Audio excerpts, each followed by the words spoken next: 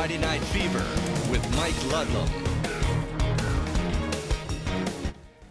Good evening, everyone. Week 2 of the high school football season has a number of exciting matchups. Kingsford's Chris Hofer is no stranger to beefing up his schedule, and this week the Flivers dug deep. They welcomed Division III state runner-up DeWitt to town, and the Panthers are pretty good. The Fliver field was packed and loving this long-distance matchup. First quarter, all Panthers, 25-yard line, Jake Johnson to J.D. Ross, and the Panthers have a 6-0 lead. After a Ben Heinrichs TD run, Johnson takes it in himself from 5 yards for the second of his 4 touchdowns. So a couple minutes in the second quarter, it's 20-0 DeWitt. Flivers defense tightens up. Dan Fleming comes around the corner and gets the sack of Johnson for an 11-yard loss. From their own 47-yard line, Joe Hofer gets a little bit of time. He's going to find Austin Stankina, and Austin has, wow, all kinds of green grass in front of him. That's a touchdown. 53 yards, but the Flivers still trailed 20-7. Panthers led 27-7 at the half, and they went home with the victory, 41-21. Meanwhile, it was Salute the Veterans Night in Escanaba as the Eskimos hosted Traverse City Central as they shook hands with veterans before the national anthem.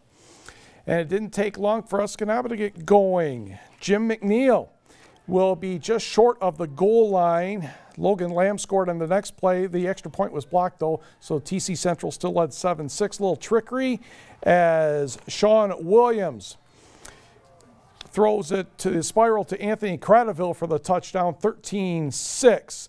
But Eskimo strikes again. Lamb to Corey McInerney, and this is good for 75 yards and a score, making it 22-12. TC Central still in front, but it's another touchdown as Williams finds Bronson Wood for the score, and a big second half for TCC, getting the victory, 50-14. Mid-Peninsula Conference action. Let's go to Ishpeming, where Jeff Olson and the state champions are taking on Manistee. Second quarter, Ozzie Corp the fake, and he keeps it 6 yards for the score. And Ishpeming, with a successful 2-point conversion, takes a 14-0 lead. Emeralds could not get a drive going. They punted. Ishpeming strikes again. Corp with the fake, and oh boy, he's gone. 48 yards for this touchdown. 2-point conversion good. 22-0. The two-time state champions. Now, Manistee picked up some nice yards here. Tony Hoholick finds William Pomeroy out of the backfield. This one would get down inside the Hematites' 5-yard line. It took all 4 plays, but on 4th and goal, they snuck it in as Hoholick calls his own number, but Ishpeming still went on to win 44-12. Also in the MPC, Iron Mountain hosting the Gwinn Model Towners.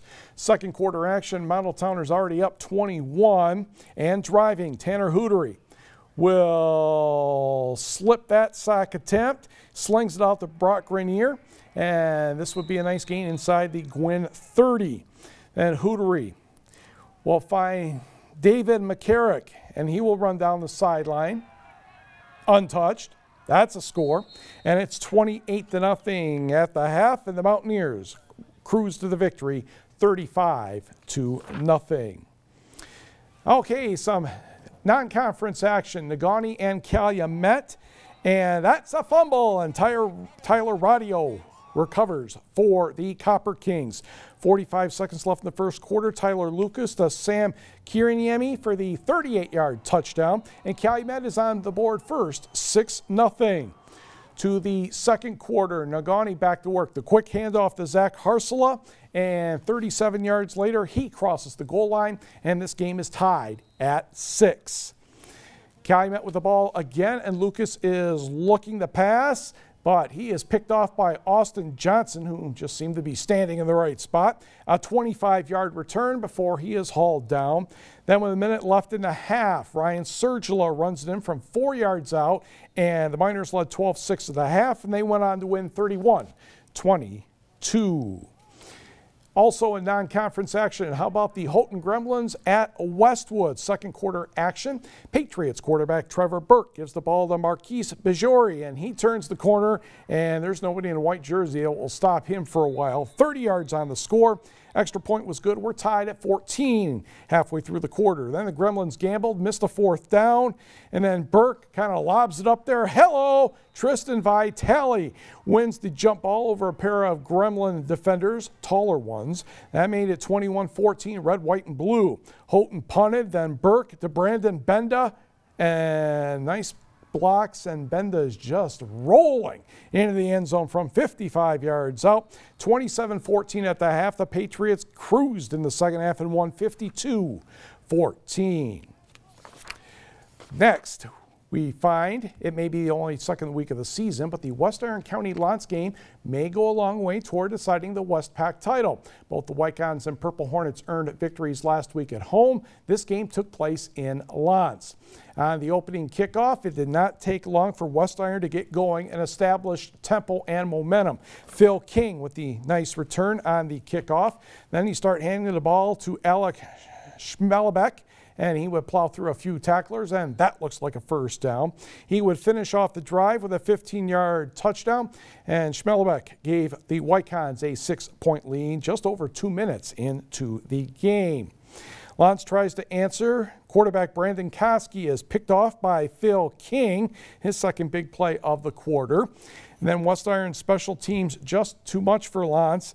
Brandon Olson will take the punt, and he's going to run for a while. He would get into Purple Hornets territory, and he would eventually get into the end zone, or one of his teammates did.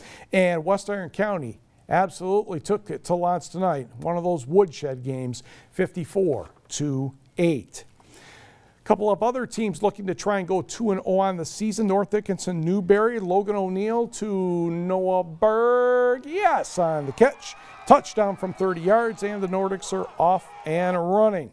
Newberry has a response. John Paramsky's pass to Joshua Hood is not only good, but it's going to be good enough for a touchdown from 31 yards. Newberry kicked the extra point and took the lead, 7-6. To the second quarter, Nordics' Jonas Christian rumbles up the middle. I don't think he brought him down with one person, but that was after the touchdown. And then watch the hit coming up here on the sideline. Pow! That's Christian on Paramsky. Then Noah Berg will get a little spin move and keep right on going for the big gain. Nordics go on to win this one 28-7. Well, let's go to the Lower Peninsula for a moment. St. Ignace's flag is at Fife Lake officially against Forest Area, the Warriors. First quarter, Brandon Oya, he made that look easy on the 15-yard touchdown. On the extra point, are we kicking? No, we're not kicking. And yeah, that was pretty easy for Gage Kresge, 8-0 Saints. Warriors try to get a little tricky. They go for it on fourth down and get the first down as Austin Vance converts. And then it would be a halfback pass that was successful. Paul Korn to Eric Kaiser inside the 5. Saints, though, roll to the victory, 48-8. Good news for TV6, Fox UP, and Upper Michigan Source. We will be broadcasting the Michigan Tech NMU football game on September 27th. That's a 7 p.m. kickoff for the Huskies and the Wildcats as we expand our coverage to those two schools in this school year. We televised a couple hockey games last year, and we will be doing that again this year as we expect to be able to cover 4 of those hockey games and some women's basketball games as well. Mark Evans will be doing the play-by-play for the football game. Again, that's 3 weeks from tomorrow. And they might even dig somebody like me out of the woodwork to do the color commentary, so be patient on that one. And we will be right back. Racing was postponed in Escanaba tonight at the Upper Peninsula International Raceway, but they will try again on Saturday starting at 1 o'clock. The main feature is they drive to a cure to benefit breast cancer patients. Greg Monroe has signed a 1-year qualifying hour with the Detroit Pistons, $5.48 million, so it looks like he'll be a free agent after this season. NMU football kicks off Saturday night, 7 o'clock against Northwood. Enjoy your weekend.